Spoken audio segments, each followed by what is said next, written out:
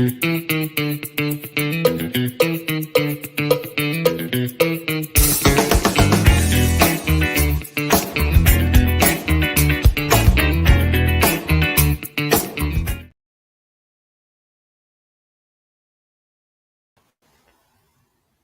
and welcome to this week's Stronger, Leaner, Lighter show. I am your host, Sally Tiba. I'm very excited to bring this show to you today. It's one of my favorite ones I do all year.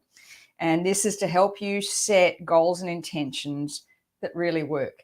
Did you know that last Friday, the 19th of January, is what they call Quitters Day? And I'm going to challenge you this year not to be part of the status quo. Why was it January the 19th? Because it's the end of the third week and people who set goals and intentions in January kind of get a bit overwhelmed.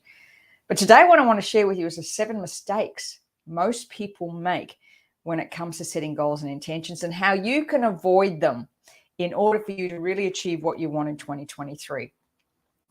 Now, there's no doubt that things have changed over the last couple of years. Old ways of doing things don't work anymore. And this particularly comes when it's highlighted when it comes to setting your goals and intentions. What used to work 5 years ago, 10 years ago, 20 years ago doesn't work any longer. So in this show today, I'm going to share with you what you can do and the mistakes that people make when they're setting goals and intentions. And I see this all the time as a coach and a mentor for people is when they set these great grandiose goals, the work we have to do in order for them to be congruent in both the desire and what's going on for them. I'm going to share all those things with you today. So I'd love your questions. Let me know how you're going, how your week's going, where you're from, and we're going to get through this. I want to get through this in 20 minutes. I've got a notepad handy. Make sure that you are taking notes because I want you to get as much as you can out of this. So let's look at number 1. The reason why many people don't fail or do fail rather in setting goals and intentions is they're not clear enough on what they want. In fact, in my experience as a coach over the years, I can ask a question about what people want, and the first thing they'll tell me is what they don't want. The first thing they'll tell me is, I don't want this. This has happened to me in the past. And when we drill down to ask, well, what do you really want? It can be a really, really challenging question. What do I really want? When you're clear on that, getting really clear on that, your brain goes to seek ways to make it happen. But if you're carrying this confusion, you're not 100% sure why you want this, then when the opportunities present themselves to you, it's too easy to pull away from them. So the first step in this, get really clear. What do I want? Not what anybody else wants, not what social media is telling you, or you writing down things because you think that's what you need to do. What do you want? That's the very first question. And sometimes that can be a drill down moment. You have to drill down into what it is you truly want, because the next thing is the intention must come from your heart, not your head. And that's where a lot of people set intentions and goals coming from their heads. I want to lose weight. I want to make more money. I want to go on trips. They're brain-based decisions, not heart. And the heart intentions are the why. So why am I doing this? What is it? And I want to lose weight so I can fit into a dress is not enough of a why. Nor is having enough money to go on a trip. That's not enough of a why. Because when you begin to set intentions and your goals, it's not always going to be easy. You've got to have a strong why that comes from your heart and that aligns with your values. So for me, for instance, family and fitness and health are very, very strong values for me. But what's your values? Maybe yours is freedom. Maybe yours is expressing your truest passion. By understanding what your values are, you can align what you want with your heart. In any business you're in or any endeavor that you take, you are going to hit roadblocks. It's going to happen just the way it is. And in my experience working with hundreds of women now in coaching practices, the bigger the goal and intention, the bigger the issues will come up for you. It's just the way it works. So you need to have a very strong why, and the intention needs to come from your heart. It's got to feel enough for you to push you through. That whole purpose of setting a what is it about? You know, in this last 2 years in particular, there's been a lot of change in the way that we do things, we see things, we value things. What we're seeing a lot of at the moment is the veils coming down. Things we've believed were true are no longer true. And I'm hearing from a number of my clients at the moment that what they thought they wanted prior to the pandemic and what they want now are two entirely different things. And that's because we're changing.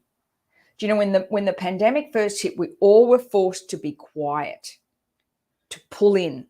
And for, you know, a little bit of time was kind of fun, you know, be quiet.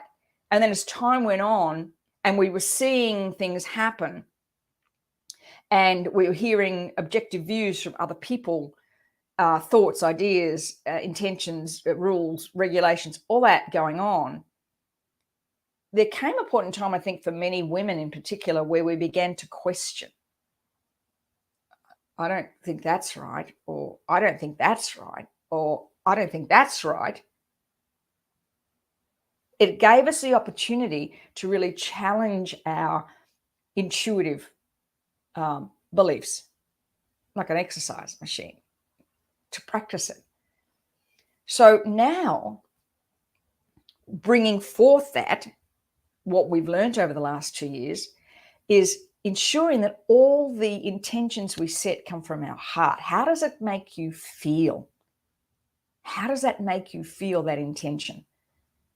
Because it has to have a feeling behind it, not what you want in your head. As women in particular, we're very good at it. We're very good at having emotion-based thoughts and beliefs and goals. Separation becomes from what's the limitation that we've placed around it. So the intention is focused on dropping into your heart to set that intention, not what you think other people want to hear, or not that kind of materialistic version. What is it you really want from your heart?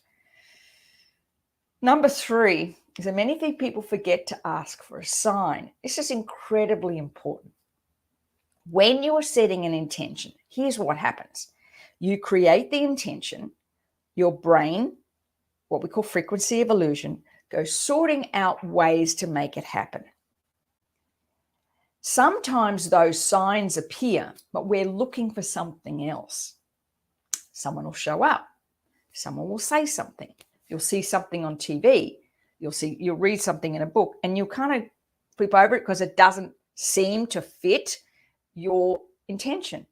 But what always happens 100% of the time, the minute you set that intention, there will be an opportunity to make that happen.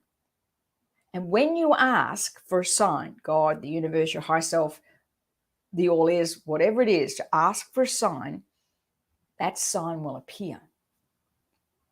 So when you're setting your intentions, also ask for the sign daily.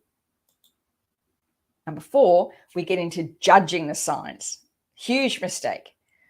Do you know, in many times that I'm working with somebody, they'll be telling me a story about, because we always go back and we go through, okay, where are you going? What do you want to do? What happened this week? And they will always tell me a story. And what I love is when I can link their intention with the story and combine them with the sign. Inevitably, they will have missed it because they're judging it. Oh no, but that's not where I'm heading. Well, hang on a minute. Why not? Now that sign could also be a block, a feeling. It's a block. Okay. I'm making excuses. I'm eating way too much sugar. I haven't called enough people to make an intention happen because blah, blah, blah, blah, blah, blah, blah, blah, blah, blah, whatever the excuse is. That's when you're judging the signs. That's when you're judging the signs. Instead of being open to the signs and then waiting for them to appear. And Dr. Joe Dispenza does a lot of work around this because how the human psyche works. Our intuition will always guide us. And so I teach intuitive eating a lot because your body will tell you what it wants. It's your head that gets in the way. Number 5 is not meeting the universe halfway. And I see this happen a lot. Nothing's going to happen until you do something. You can set all the intentions you like in the world, but until you actually put the effort in to make it happen, it's not going to happen. Now, the problem is that work is often boring and monotonous. If you want to get fit and lose weight, for instance, it's boring. There's nothing exciting about it. The work is required. I have to get up every day and do a workout, just the way it is. And their push-ups, all their squats, that's boring. But it's that consistency of meeting the universe halfway. You're advising and letting the universe know, I'm going to meet you halfway here, but I'm going to put in the effort. Now, just recently, we were beginning to sort of sort out the house and pack up the books and things like that, because I wanted the universe to know that I'm meeting it halfway with an intention we'd set. So when you set an intention, you've got to meet the universe halfway. If you put in the effort, the universe will send you the sign. That's what happens. But what happens is that people give up too easily. Oh, it's boring, or it's monotonous, or it's taking too long to get this done. But the only way this works with the universal God or your higher self, however you choose to call it, will always support you if you meet it halfway. That's the key. And I think for many people, that's where it's difficult to do that, because that meeting the universe halfway can be boring and monotonous. I've just finished reading a book called Believe It, a woman called Jamie Kern-Lima. 10 years of no.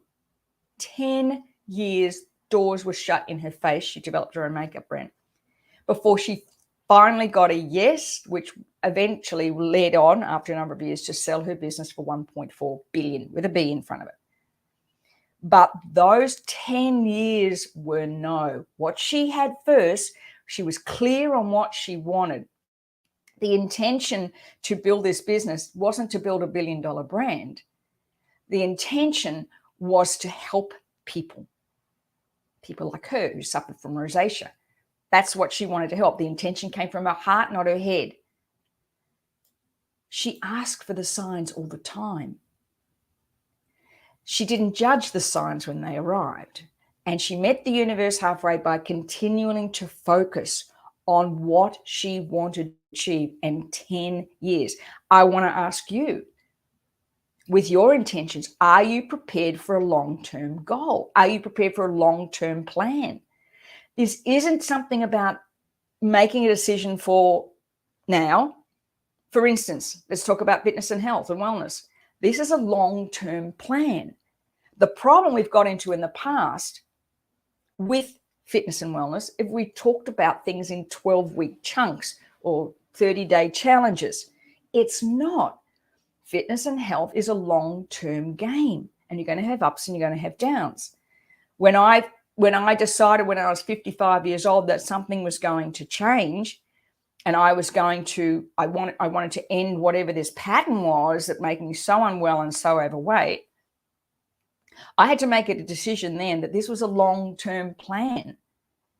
I couldn't do the diets anymore. I couldn't do the 12-week challenges anymore. That was not getting me what I wanted. Now, 11 years later, hallelujah, I listened to myself at that point. It's a long-term plan. Are you prepared to do that? That's the questions you need to ask. The next one, number 6, not being prepared to fail. You will fail. The bigger the goal or intention, the bigger the fail. But here's the deal with it. Failure gives you an opportunity to ask one of two questions. Number one, do I really want this?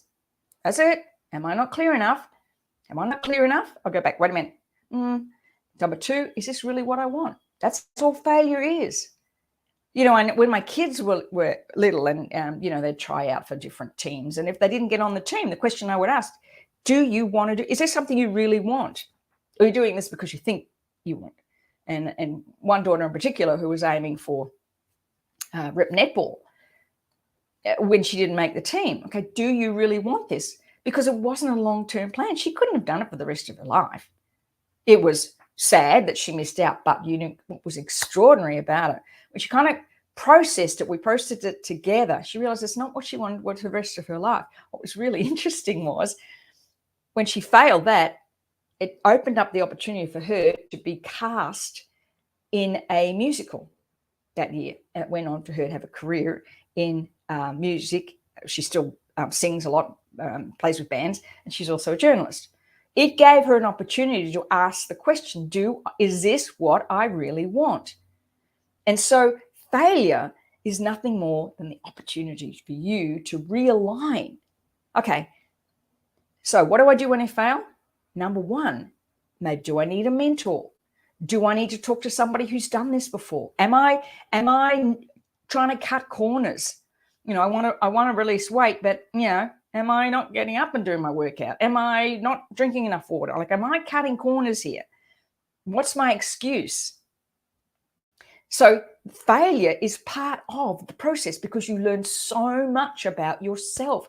The problem is we're all most of us have a fear of failure. We don't want to fail in front of everybody because it's not a nice feeling. But in that failure is the opportunity for you to learn more, get clearer, get smarter. You know yourself, especially if you've raised children, you know that when they fail, like a child learning to walk, they'll fall and hurt their head all the time, bump their heads. I mean, I can remember my kids having huge bruises on their heads. They didn't stop. They just, okay, figure it out. Next time I'm going to take 2 steps, not 4, and fall on my head. That's what it's all about. So when we're on the path to greatness, you will fail. You will, because that's the way it's set up. The challenge for you is to decide what you're going to learn from that failure. What is it you want to learn about yourself? Do I need a mentor? Do I need a coach? Do I need somebody to keep me on the path? Do I need to read another book? Do I need to watch another documentary or a training video? What do I need to do? Right? The only time you actually really fail anything is when you give up. That's it. And number 7, all right, we're going to go 2 minutes, not recognizing the patterns. They will show up. The bigger your goal and intention, the greater your patterns, your limiting beliefs, your past stories will show up. And each and every time, I tell you, I've been coaching women now for so long, I see it happen all the time. The minute they want to up level, bam, out come a whole heap of new challenges for them. It just happens all the time. And all it is to elevate your energy to take you to the next level. You know, you can't get to the levels you want many times until you change as an individual, because the patterns and the blocked in beliefs have kept you where you are. You have to change with your intentions. You have, I mean, even me at my age, I'm still learning. I'm still growing. I am still challenging and questioning. And that's what keeps you alive. The minute you stop questioning and challenging yourself is the minute you stop doing anything. And recognizing the patterns of your behavior. Where do they start? When did this pattern start? And when you recognize that, you can clear it and release it. You know, I've been using EFT for now, what did I say the other day? 7 years, I think. 9 years. 9 years I've been using EFT. When I first started, I used to tap all the time. I don't do it so much anymore, only when something's coming up for me. And I had a big block come up this week. I knew it was brewing. I could feel it. It was frustrating me. And when I tapped, I saw a pattern I had not seen before, because the body will only release these when you're ready. I saw a pattern that I had not recognized before. And I recognized that that pattern has been limiting me in so many ways over my, first of all, I was angry. I was angry at what had happened, and I'd not seen it before, recognized it. 2, I was angry with myself. I was angry with myself because I've been getting the taps on the shoulder for quite a while about this, and I was just like, no. No.